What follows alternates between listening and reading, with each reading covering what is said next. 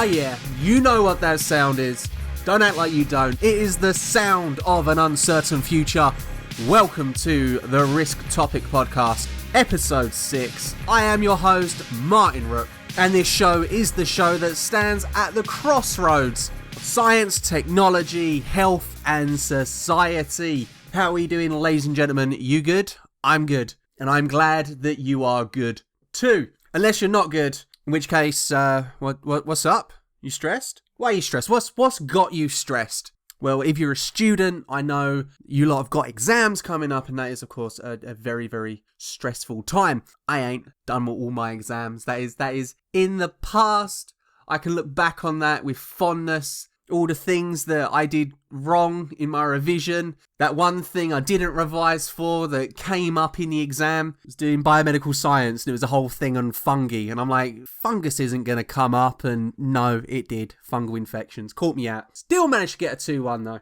So let me take a moment, a segment, a small portion of your time to impart some of my personal best tips, tricks, hints, and whatever to help students, because when I was working at my previous institution, one of the biggest questions that I had students come to me and ask, because I was a teaching assistant there, and they would say, how do you revise? How do you study? What do you do with this? And especially mature students, they had been out of education for a good few years, and they'd come to me and they'd be like, look, help me out because I'm stressed, I'm panicking, I don't know what I'm doing here. Those of you who aren't students, sorry, this segment isn't going to be for you. But feel free to listen. You never know if you're sitting there trying to get a report written for work, or, you're stressing about anything like that. You might be able to find some use out of the things that I'm going to say. Now, of course, if you're sitting there wondering, oh, wait, how, whoa, what has this got to do with risk? Not much. It'd be a stretch, to be honest. I'd really be stretching the truth if I was to say this is directly linked to risk. But let's give it a shot, eh? One of the principal emotions that we work with in risk studies is dread.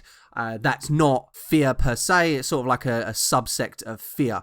If you want, you can delineate between the two. Fear is that immediate fight or flight response in regards to a threatening stimuli. If you're sitting there in a movie theater, or like you're walking down a dark alley or something, and someone's walking behind you, and you feel the hairs standing up, hairs on your back of your neck start pricking you, you start breathing a bit faster. That's fear. That's the adrenaline surging through you.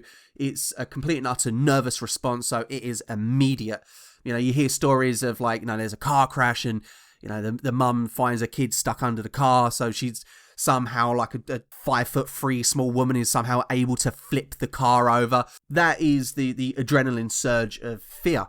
Dread, on the other hand, is a longer, and I guess you could argue hormonal response to a perceived threat stimuli. When I say longer, it goes on for weeks, for months, before any event comes to pass, if it comes to pass at all. Now again, we see this with, or rather in response to, a lot of newspaper reporting. For example, you could be sitting there reading a whole load of things that red meat will give you cancer, as a part of a media landscape that is just bombarding you with messages that, everything in reality is out to get you and hurt you and harm you. And so you internalize these messages, and your body instinctively becomes hypervigilant. And one of the major hormones that is released is cortisol. There's been lots of research on cortisol in regards to stress, because, you could argue that dread is a state of being stressed. But a couple of the things that cortisol does is it alters immune system responses, as well as suppresses the digestive system. Just basically your body doesn't work the way it should. And some of the complications of having an elevated cortisol level in your blood can be things like anxiety, depression, digestive problems, headaches, heart disease, sleep problems and weight gain. There we go. Memory and concentration impairment. And of course, if you have these things like poor sleep, anxiety, digestive problems, you're also not going to be making the best, arguably, decisions in regards to operating in response to a risk stimuli. And as any student will tell you, students dread the exams. So much so that, they push the revision right off until until the end of the year, sort of about now. And they sort of sit there and go, bloody hell, I've done nothing. I need to start doing some revision, and they start stressing out, which obviously doesn't help the cortisol levels. And, the circle of life continues is where I'm coming from there, ladies and gentlemen. So, right, if you're a student and you're worried about your exams, let me help you to revise. Step 1, it's not too late to start revision. The only time it's too late to start revision is if you're sitting there in the exam and you go, bugger, I should have started revising before this. Some sort of revision beforehand is obviously going to help. Obviously, the more you revise and the longer you revise and the better you revise, the more chance you have at recalling those specific elements of information that you need to be able to answer those questions. And we'll get on to how to revise appropriately just a little bit later. But step 2, look after your body. I cannot stress that enough. I've already just gone over the physiological side of stress and dread. And I know when you're sitting there in your third year and you're like, this is it. This is what it all comes down to. The rest of my life hinges on this moment. Sorry to stress you out. Take a moment to step back and ask yourself, how are you treating your body? Are you eating healthily? Start there. If there was ever a time in your life to start curbing the junk food and start putting that just a little bit of effort into preparing some food, go down to shops, just buy yourself bags of frozen vegetables, stick them in stews, stick them in tomato sauces. You can buy cartons of passata, which is literally tomato sauce, for like 50p. Okay, stick it all in a pot, just let that boil and simmer for like 20 minutes. Add 1 stock cube, boom, you have yourself a nice healthy meal. Put a little bit of pasta on the side of it and stuff like that. Get yourself your vitamins, your minerals. Drink your water as well. There's ever a great time to actually knock the energy drinks, knock the high sugar content drinks from your diet. It's going to be the next couple of months, guys. Start with the fundamentals. Get your body to a reasonably healthy level. That also does mean get some sleep. I know it's tempting to sit there and be like, right, do you know what? I've got 3 days. I'll just stay up and revise all those 3 days. That is a terrible use of your time. The human body works best with rhythms. You got your circadian rhythms. We work on cycles, day cycle, night cycle, monthly cycles. You have natural peaks and troughs, elevations and drop-offs of particular hormones that just keep you functioning at a reasonable level. This is one of the reasons why shift workers have actually quite strict laws, or people who work in warehouses, they work night shifts and stuff like that. They have quite strict laws governing how they change their shift patterns. Because if you start throwing spanners in the works in regards to, okay, I'm going to sleep 6 hours on Monday, 3 hours on Tuesday, 12 hours on Wednesday, and then not sleep till about Saturday, your body is going to be absolutely wrecked. It's not going to know what it's doing, and it's going to put itself in this elevated state of alertness, this usual repetitive pattern, this routine that a body's got accustomed to has been totally thrown out the window, and your body goes, something's up.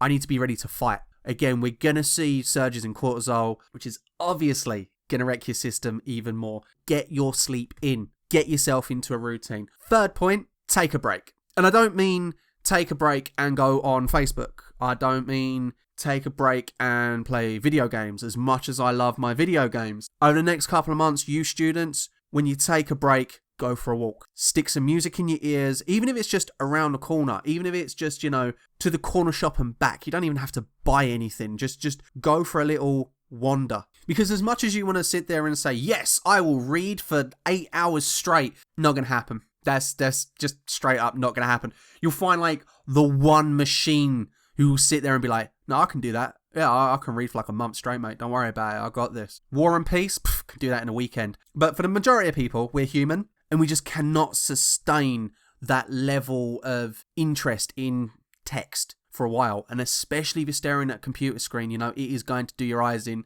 Again, majority you're going to be sort of around the ages of 20, 21 maybe. And you're going to be like, no, that's fine. I can stare at computer screens for years. I used to be like that, guys. Nah, your eyes drop off sharply after the age of 21. So respect your eyes, respect your body, go for your breaks, keep yourself interested in what you're doing. And like I said, the best way to do that, I find, is to go for walks. If you go to the gym, hit the gym for like half an hour or something. Just something nice and easy. If you have access to a boxing bag, like just go to town on that thing. Next up, get off social media. Especially if you tend to find yourself doing this thing, right? Where you go on Facebook, you go on Twitter or Instagram or whatever, and you scroll down for about 4 to 5 minutes, and then you refresh. You go back up to the top to see what's new. That is a huge sign that you're revising terribly wrong. And again, you might sit there and go, do you know what?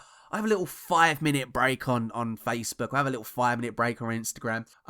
12 cute kitten videos later, and you go, mate, I've lost half an hour from my day. And again, you start getting angry at yourself because you're all like, why did I do that? Okay, next time I won't do kitten videos.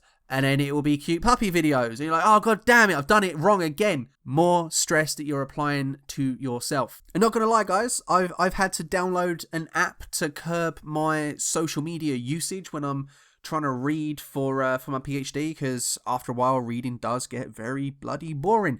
So there's an app called Self-Control on Mac. I'm sure there's tons of others out there.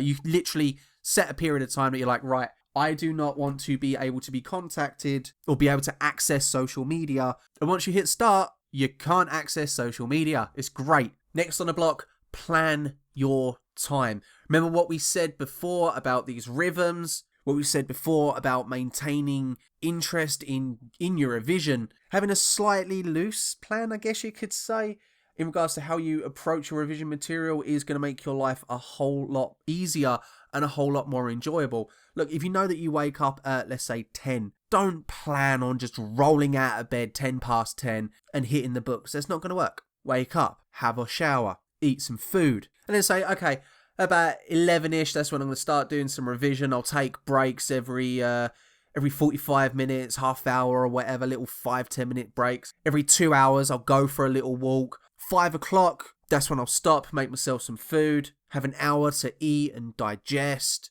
Maybe like 2 more hours of doing some lightweight revision, or maybe even, having the evening off if you feel that you've been doing too much. That's the point there when you can be like, all right, yeah, I'm going to start checking my Facebook, stuff like that.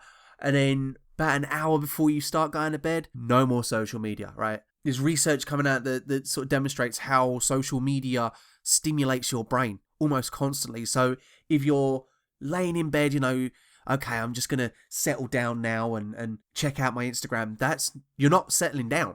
You're ramping yourself up, especially, if you wake up at 3 a.m, sort of big snore and wake yourself up, like, you check your phone and you're like, all right, it's 3 a.m, let's check Facebook. That's, no, guy, come on, or girl, person, don't do that. That last hour, and whilst you're in bed, listen to some music. Put on some chill step. Put on some dark jazz, if that's your thing. Actually, don't listen to dark jazz. No one likes dark jazz apart from, like, me and 3 German people. Settle your body. Settle your mind. If you want, go do some yoga.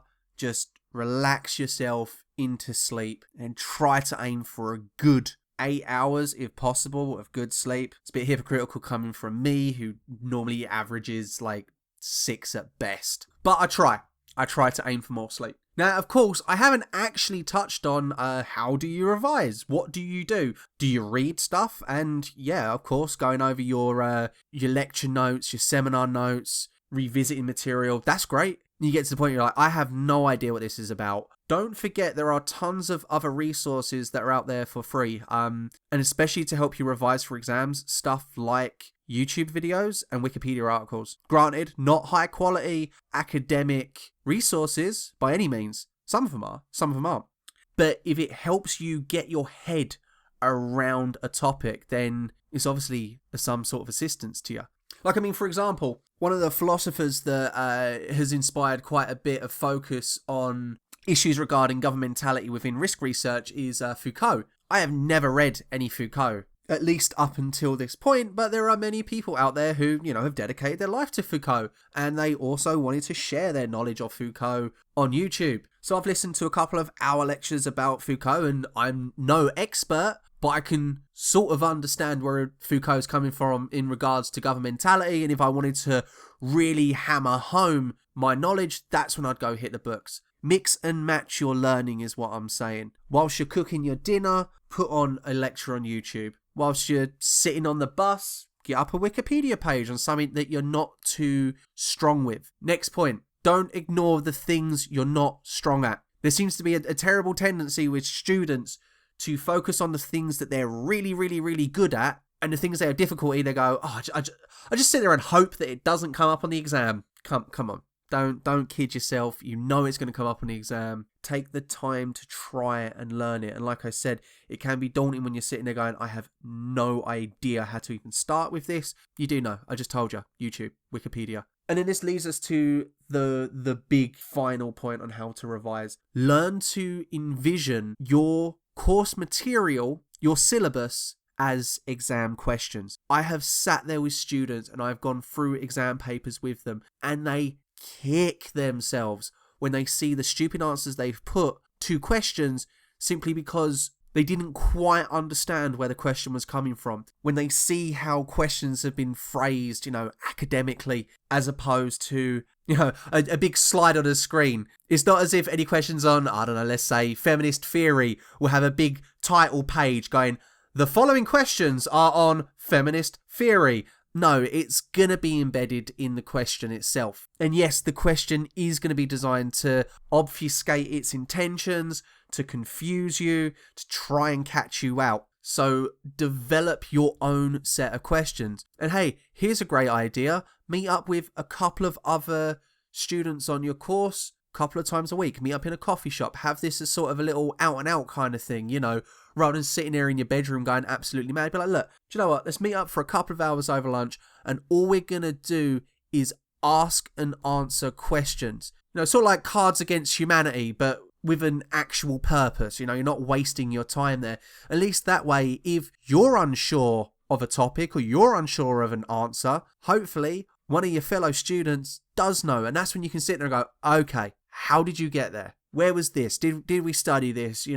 Where is my lacking in understanding in regards to this topic? Like, help me out here. Because again, this is probably one of my favourite revision stories. It was the day of one of my final exams, and I was living in King's Cross, and I was going up to university in Hendon, North London. So just straight shot on the Northern Line.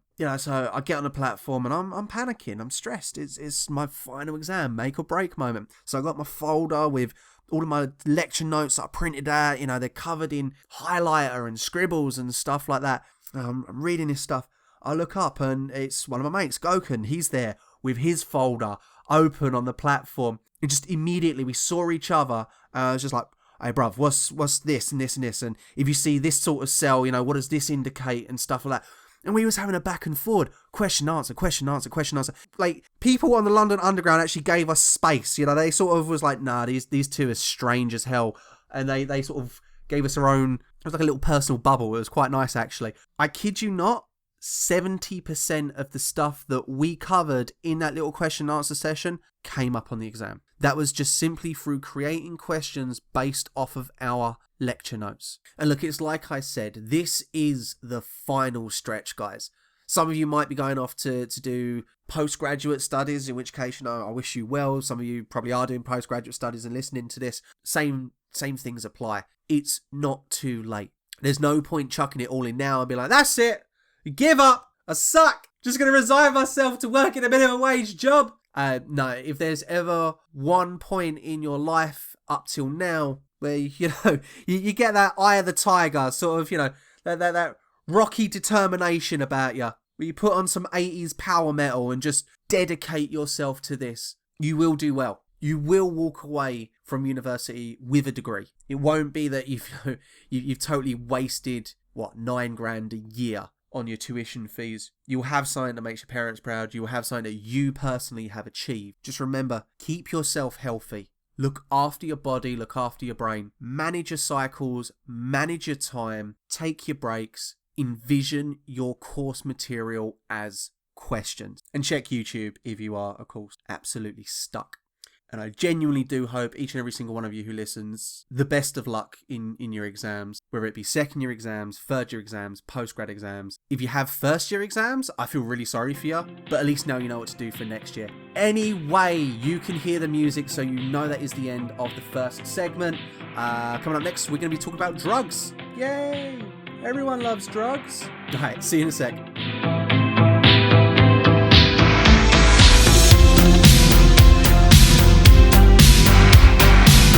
And we are back for the second segment, the last segment, the final segment, if you will, in this week's podcast. Thank you so much for sticking around. I know the last segment did get a little bit preachy, I guess you could say.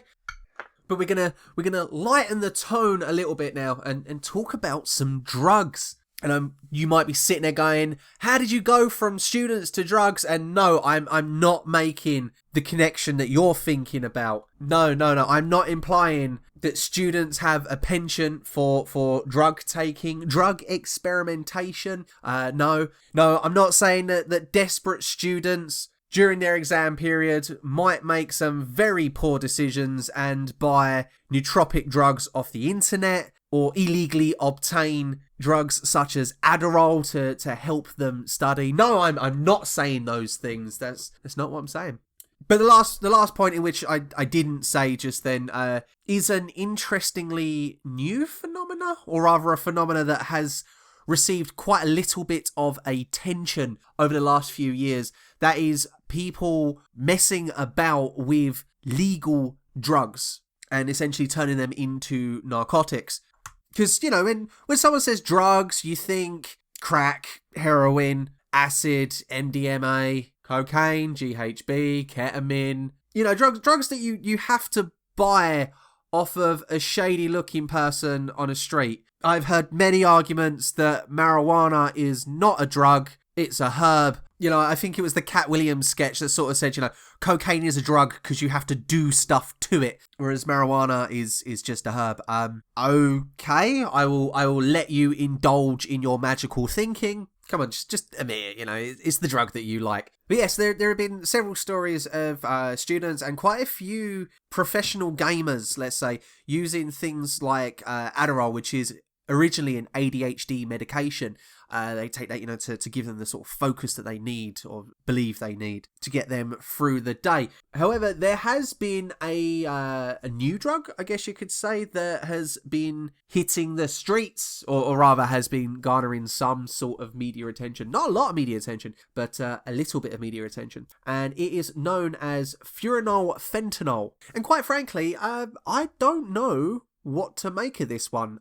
You know, I'm used to the drug scare stories. You know, I was around in the 90s. I do actually remember, you know, the big fear about ecstasy.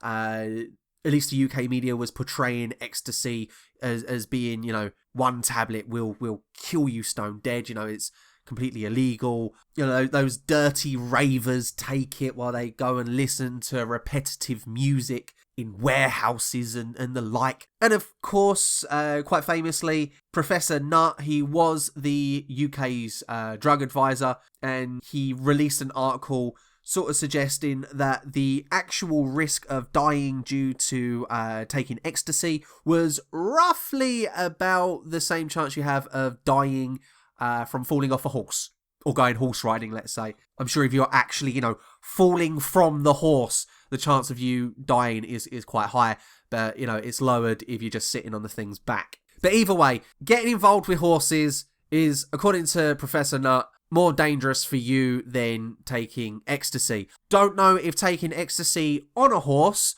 or having a horse on ecstasy changes those statistics in any way, shape or form, but I'm sure that there is a PhD candidate out there who is willing to test this for science.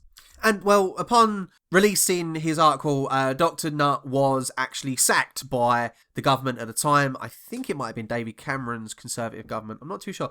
But either way, Dr. Nutt was sacked, and in quite British fashion, he went, all right, fine, if I'm not the UK drug advisor, I'm going to release an article in the Lancet, you know, the premier scientific journal, really, in which he and other medical professionals, they listed drugs by danger. Coming in at number 1 was alcohol, followed by heroin, crack cocaine, methamphetamine, cocaine, tobacco, amphetamines such as speed, cannabis, and then the other ones are sort of not worth mentioning. They ranked these drugs by danger according to the harm that they could inflict in regards to an individual's physical health, mental health, and social well-being. Now, what's interesting there is that heroin is obviously the first illegal narcotic on that list. You know, after alcohol, lots of people drink alcohol. That's one of the reasons why it's so high. But considering how relatively few people take heroin, for it to be so high up the list, you know, it's got to be a real danger.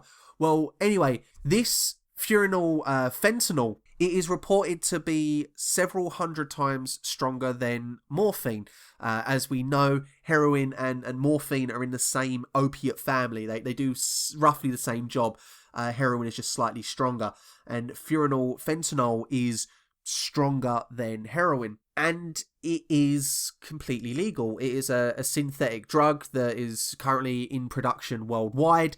The whole idea is to, well, limit pain. It is a pain relief agent. But of course, people have realised, or criminals have realised rather, that there are those out there with a craving for powerful opiates. Opiates do have a dissociative effect. You know, don't test that out yourself.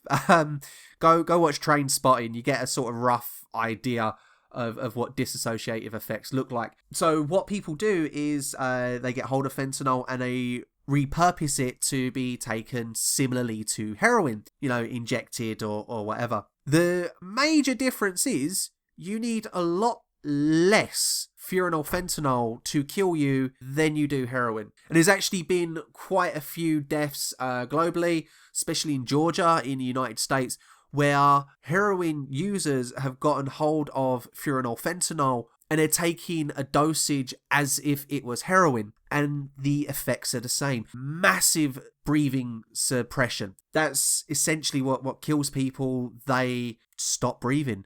Other than that, there is the chance of vomiting, but because of the effects of the opiates, the muscles just don't fire, and so a person can't roll over to clear their airwaves, and so yeah, they choke on their own puke. Now, again, some people will sit there going, well, you know, these are people who are actively taking this drug. You know, they are willingly consenting to taking a substance that they know to be potentially lethal into their systems. They might get the dosage wrong, but, you know, it is what it is. However, the one big difference between most other opiates and furanol fentanyl is that it can actually be absorbed through the skin. It can be absorbed through touching it with your hands. And what happened there?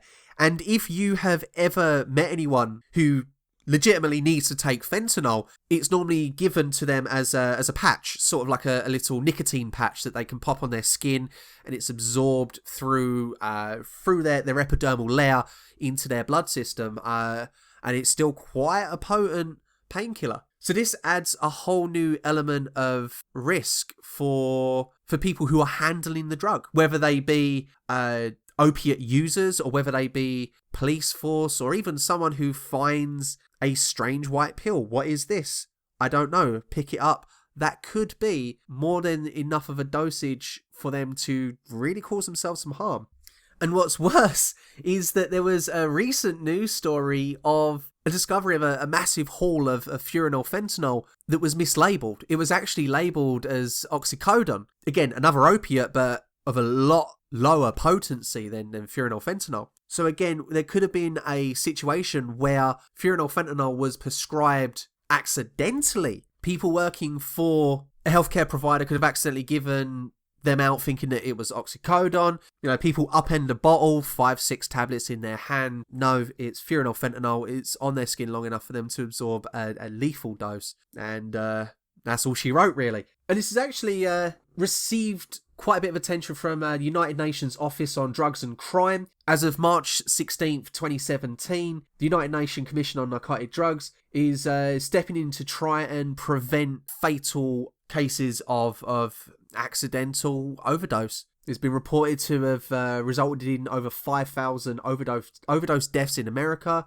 And the chief of the laboratory and scientific section at the UN Office on Drugs and Crime has gone on to say, fentanyl is a good medicine, but a bad drug. It has excellent pain-relieving properties, but is liable to abuse and can rapidly lead to dependency. But it does strike me as interesting that we hear very little about these sorts of news stories. You know, the news stories where there is something that is perfectly obtainable by an individual. You know, someone who is, in a great deal of pain, but it doesn't have the sexiness of crime associated with it. And it's only now that we're beginning to hear about these issues where in certain places fentanyl and phenylfentanyl is surpassing heroin as the most commonly detected drug in fatal opioid doses in some American states. And as it is at the moment, there doesn't seem to be too much criminal involvement in the distribution of phenylfentanyl. However, you know, let's not kid ourselves. Crime networks have been able to get heroin from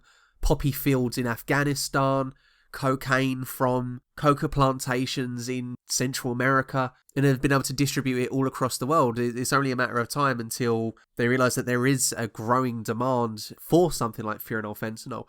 So this might be an interesting one to keep your eyes on. See if there is going to be this mass amplification of phenylfentanyl as time moves on.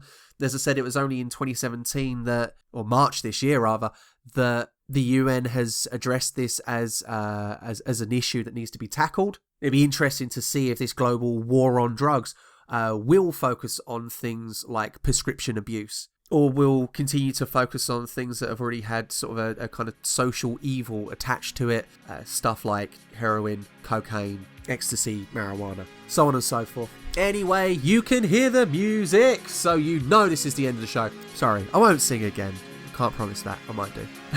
This has been the Risktopic Podcast. If you had enjoyed this episode, feel free to follow the show on SoundCloud, Stitcher, YouTube, minds.com and vid.me. Just Google Risktopic Podcast. I'm sure you'll be able to find it. You can follow me on Twitter. That is at RookeMartin, ROOKEMARTIN. Share this episode with your friends. And as always, I will see you again next week. Have a good one. Bye-bye.